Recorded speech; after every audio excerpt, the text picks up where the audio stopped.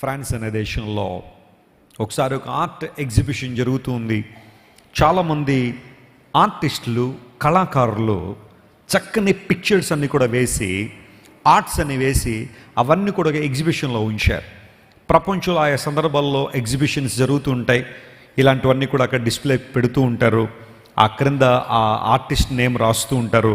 ఎవరైనా కావాలి అనుకుంటే, వాళ్ళకి నచ్చినవి అనుకుంటే వాటిని కొనుక్కుని కూడా ఇంటికి వెళ్తూ ఉంటారు. అలాంటి ఎగ్జిబిషన్ ఒకటి జరుగుతున్నప్పుడు చాలామంది వస్తున్నారు. ఆ ఎగ్జిబిషన్ చూసి ఆ ఫొటోస్ని, ఆ ఆర్ట్లన్నీ కూడా చూసి సంతోషంతో తమ గృహాలకు వెళ్ళిపోతున్నారు.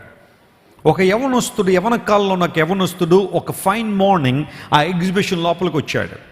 కొంచెం దూరం అలా నడుచుకుంటూ వెళ్ళిన తర్వాత కొన్ని ఆర్ట్లు గమనించుకుంటూ వెళ్తున్నాడు. ఇవి ఎలా వేసి ఉంటారు, ఏంటి సంగతిని అలా వేసుకుంటూ వెళ్ళేసరికి ఒక చోటకు వచ్చిన తర్వాత అలా నిలబడిపోయాడు. కదలట్లా. నిలబడిన వ్యక్తి కాసేపటికి కళ్ళ మేము నీళ్లు కానుస్తున్నాడు. అతని చెక్కిళ్ళ మీద నుండి కన్నీళ్లు కారిపోతున్నాయి. అందరూ అలా చూస్తున్నప్పటికీ కూడా ఎవరిని పట్టించుకోలేదు. ఒక దృశ్యం ముందు అలా నిలబడ్డాడు, ఏడుస్తున్నాడు. మధ్యాహ్నం అయిపోయింది, అక్కడ నుంచి సాయంకాలం అవుతుంది. అటు కళ్ళ నీళ్ళు వస్తూనే ఉన్నాయి. చాలా డీప్గా ఆ ఆర్ట్ మీద దృష్టి పెట్టాడేమో, ఏడవడం ప్రారంభించాడు.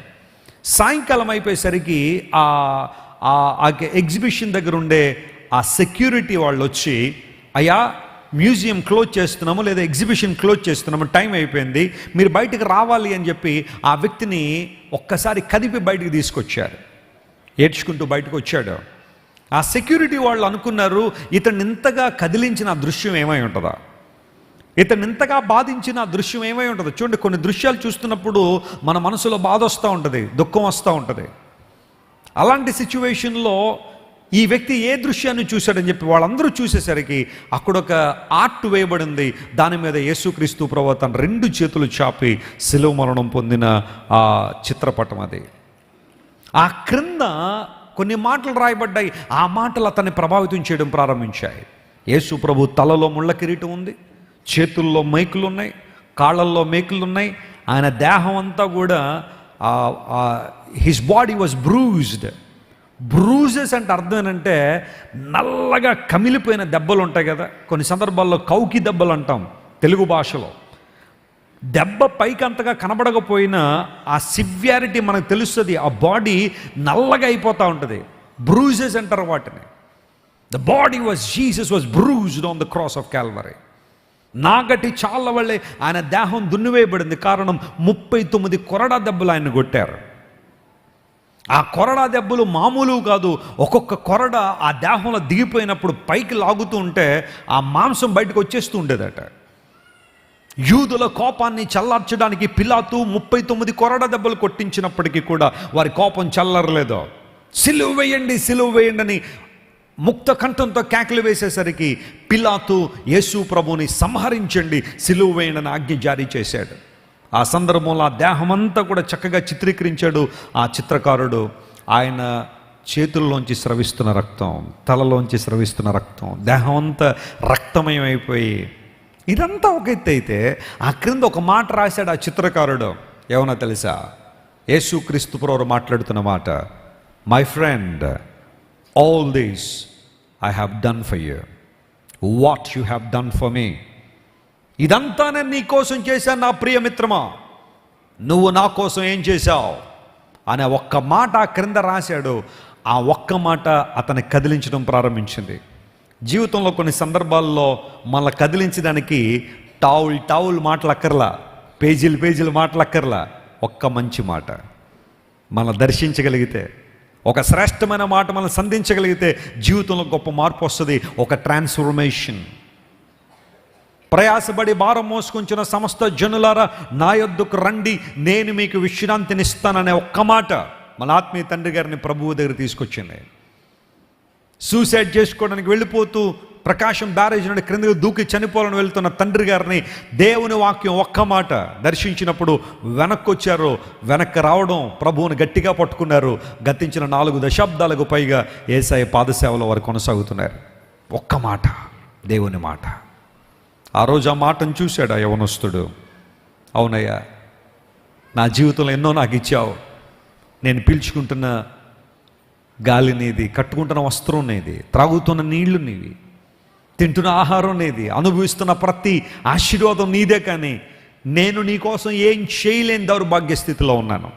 నువ్వు నన్ను ఎంతగా ప్రేమిస్తే కనీసం ఆ ప్రేమను కూడా గుర్తించక, ఆ ప్రేమలో ఉన్న ఔదార్యాన్ని గుర్తించకుండా లోకానుసారంగా జీవిస్తున్నాను అనే పశ్చాత్తాపం అతనిలో బయలుదేరింది. ఆ రికగ్నిషన్ ఎప్పుడైతే అతనిలోకి వచ్చిందో దుఃఖం రావడం ప్రారంభించింది. బైబిల్ సెలవిస్తూ ఉంది, దైవ చిత్తానుసారమైన దుఃఖము రక్షణార్థమైన మారు మనసునిస్తుందట. స్తోత్రం చెప్పండి, హల్లెలూయా. ఇది ఏ దుఃఖం ఇది చెప్పండి? ఏ దుఃఖం ఇది? ప్రక్కోళ్ళు డెవలప్ అయిపోతున్నాడు దుఃఖమా? లేకపోతే మరొకళ్ళు అభివృద్ధి పొందుతున్న దుఃఖమా? చాలామంది దుఃఖాలు అలా ఉన్నాయేమో, కానీ దైవ చిత్తానుసారమైన దుఃఖము రక్షణార్థమైన మారు మనసు కలుగు చేస్తుంది. పశ్చాత్తాపంలోకి వచ్చాడు. ఆ ఒక్క మాట అతను కదిలించింది. ఆ ఎగ్జిబిషన్ నుంచి బయటికి రాగానే అక్కడ దేవుని మందిరం ఒకటి ఉంది, ఇట్లనే ఆరాధన జరుగుతుంది. అందరూ కూడా ఆరాధనలో కూర్చున్నారు. దేవుని సేవకుడు వాక్యం అంతా చెప్పిన తర్వాత మీ అర్పణలు ప్రభువుకు అర్పించండి అని కానుకలు సమర్పించే ఆ ప్రక్రియ జరుగుతుంటే ఆ యవనస్తుడు ముందుకొచ్చి నిలబడ్డాడు. దేవుని సేవకుడితో మాట్లాడుతున్నాడు, అయ్యా ప్రభువుకి ఇవ్వడానికి ఈరోజు నా దగ్గర ఏమీ లేదు, కానీ నన్ను నేనే సంపూర్ణంగా దేవునికి ఏం చేస్తున్నాను? సమర్పించుకుంటున్నాను. హల్లెలూయా. I would like to surrender myself to the will of God.